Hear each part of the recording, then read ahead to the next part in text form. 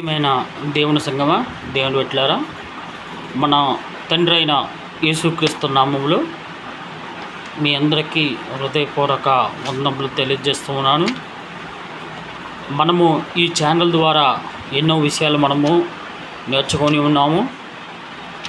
Bible వాక్యాలు, అదేవిధంగా వ్యక్తిగత విషయాలు కూడా మనము ఎన్నో నేర్చుకొని ఉన్నాము గత 3 సంవత్సరాల నుంచి. అదేవిధంగా ఈరోజు కూడా మనము కొన్ని విషయాలు నేర్చుకోబోతున్నాం. అదేవిధంగా అదేమిటాయంటే స్వాతంత్ర దినోత్సవం గురించి ఈరోజు మనము నేర్చుకోబోతున్నాం. ఇండిపెండెన్స్ డే చూడండి. ప్రార్థన చేసుకొని వాక్యోపదేశాలకు వెళ్తాం. మొదటిగా ప్రార్థన చేసుకొని వాక్యోపదేశాలకు వెళ్తాం. పరిశుద్ధమైనది ప్రేమగల తండ్రి, నీకే స్తోత్రం తండ్రి. మమ్మల్ని ఇంతవరకు కాజు కాపాడిన తండ్రి, నీకే స్తోత్రం తండ్రి. అయ్యా, మమ్మల్ని గడిచిన సంవత్సరము ఆగస్టు 15వ తేదీ నుండి అయ్యా ఈ స్వతంత్ర దినోత్సవం వరకు మమ్మల్ని కాచి కాపాడినందుకు నీకే స్తోత్రం తండ్రి.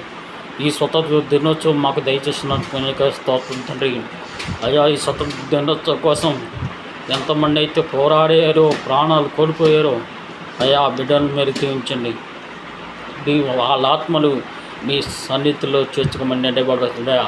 మాకు మీరు ఎల్లప్పుడూ తోడుగా ఉండమని అయ్యా, స్వతంత్రం వరగా ఏమిటో మేము నేర్చుకుని మీ వాక్య రీతిగా మేము నేర్చుకుపోతూ ఉండగా అయ్యా, మాకు స్వతంత్రం కలుగు చేయమని యేసుపాసిన అడిగి వేడుకుంటున్నాను తండ్రి. ఆమేన్.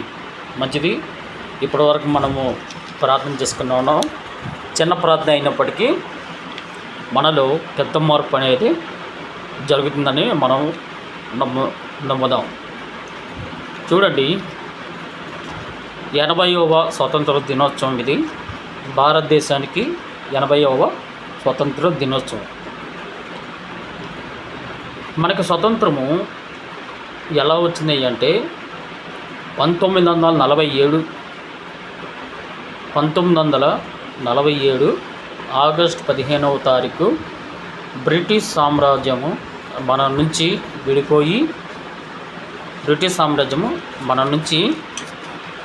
విడిపోయి అప్పుడు మనకి కొన్ని మేలు చేసి ఉన్నాడు బ్రిటిష్ వాళ్ళు ప్రవేశపెట్టిన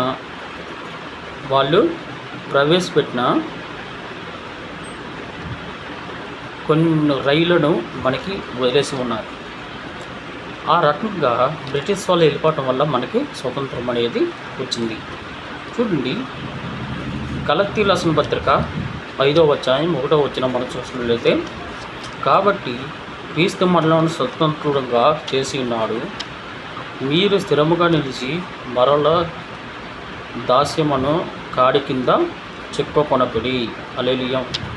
ఇక్కడ ఏమంటున్నాడు అంటే చూడండి, గలతీ 5:1, కాబట్టి క్రీస్తు మనలను స్వతంత్రులుగా చేసి ఉన్నాడు.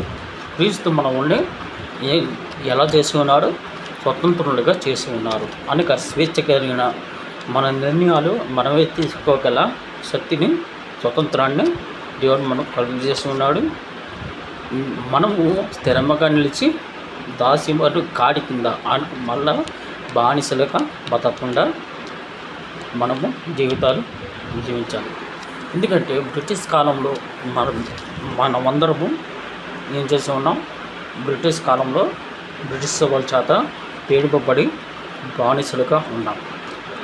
ఇక్కడ నుంచి ఆ బానిస జీవితము మన నుండి విడిపోయింది. చూడండి, అందుకని ఇక్కడ అంటున్నాడు, మన స్వతంత్రులుగా చేసి ఉన్నాడు.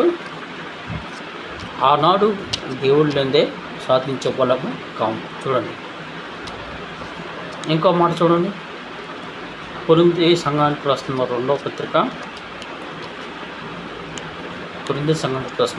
పత్రిక 3వ అధ్యాయము 17వ వచనం చూడండి. ప్రభువు ఆత్మ ఎక్కడ ఉండదో అక్కడ స్వాతంత్రము ఉంది.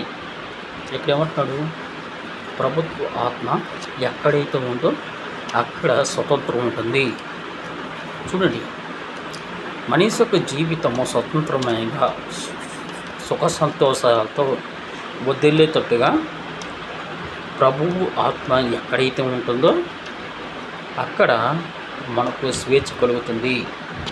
చివరి మాటలు చూడండి, దేవుడు మన దేశాన్ని ఎలా నిర్మించేవి అంటే శాంతి, ఐక్యత, నీతి, అభివృద్ధితో ఆశీర్వదిస్తాడు. మన దేశంలో మనకున్న ప్రతి మనిషికి ఉండాల్సింది అంటే శాంతి, ఐక్యత, నీతి అనే ఈ 3 మన జీవితాలు ఉండాలి. ఎప్పుడైతే ఈ శాంతి, ఐక్యత, నీతి అని మనలో ఉంటాయో అప్పుడు మనము నిజమైన స్వతంత్రులము అని ఇక్కడ చెప్పబడుతుంది. ఈ 3 కలిగి ఉంటే దేవుని ఆశీర్వాదం కూడా మనకు కలుగుతుంది. ఆమేన్.